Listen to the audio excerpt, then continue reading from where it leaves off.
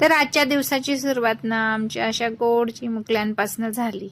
तर आज ना जरा उठायला उशीरच झाला होता, त्यामुळे घरातली सगळी कामं थोडी उशिरा झाली. तर चिमुकल्यांसाठी मी ना इथे उपमा बनवायला घेतला. नंतर काही आमच्या शिवला झोपायचं होतं, त्यामुळे थोडा उपमा राहिला, नंतर बनवूया म्हटलं, त्याला झोका द्यायचा होता. तर ही जी खेळणी आहे ना आमच्या इशू दीदीला जी पाहिजे असती ना तीच आमच्या शिवला सुद्धा पाहिजे असते.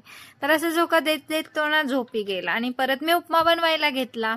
तर त्यामध्ये 2 मिरच्या टाकलेल्या आहे, कारण की मुलांना खायचं होतं, त्यामुळे थोडं कमीच तिखट बनवलं आणि उपमा तयार करून घेतला. तर इथे ना थोडंसं जेवण आमचं राहिलेलं होतं, त्यामुळे तेच मी गरम करायचं ठरवलं.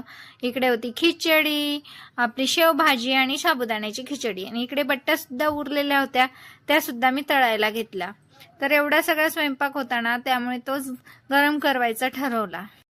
हे सगळं गरम करून घेतलं आणि जेवण सुद्धा करून घेतलं. जेवण झाल्यानंतर ना आमची चिमुकल्यांची झोप सुद्धा झालेली होती, जेवणही झालं आणि ते अशी मस्त असे खेळायला लागले. तर ते जेवढे छान खेळतात ना तेवढे भांडणं सुद्धा करतात बरं का. आणि त्यामध्ये ना आमचा शिव थोडा बंडच आहे. इकडे बॅट बॉल खेळता खेळता त्यांनी दिली बॅट टाकून पाठीमागे आपल्या कॉटच्या, आणि इकडे ना इशू दीदीची मम्मी ना ब्लाऊज शिवत होती. तर बघा, एकमेकांना सांगत होती आणि आमची इशू दीदी शोधत होती बॅट कुठे टाकली आहे म्हणून, पण बॅट काही निघणार नव्हती. आणि नंतर ना दिवसभर अशी पावसाची रिमझिम चालू होती, त्यामुळे शिवला पाऊसच बघायचा होता. पण आम्ही थोड्या खिडक्या बंदच केलेल्या होत्या, कारण गारवा खूप होता. गारवा असल्यामुळे ना खिडक्या जरा बंदच करून ठेवलेल्या होत्या, कारण मुलांना लगेच ना सर्दी होते.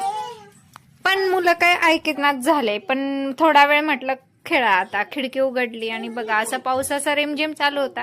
तर बस आजचा ना व्हिडिओ इथपर्यंतच होता. तर कसा वाटला नक्की सांगा, शेअर करा, कमेंट करा आणि सबस्क्राईब मात्र नक्की करा. चला मग, बाय.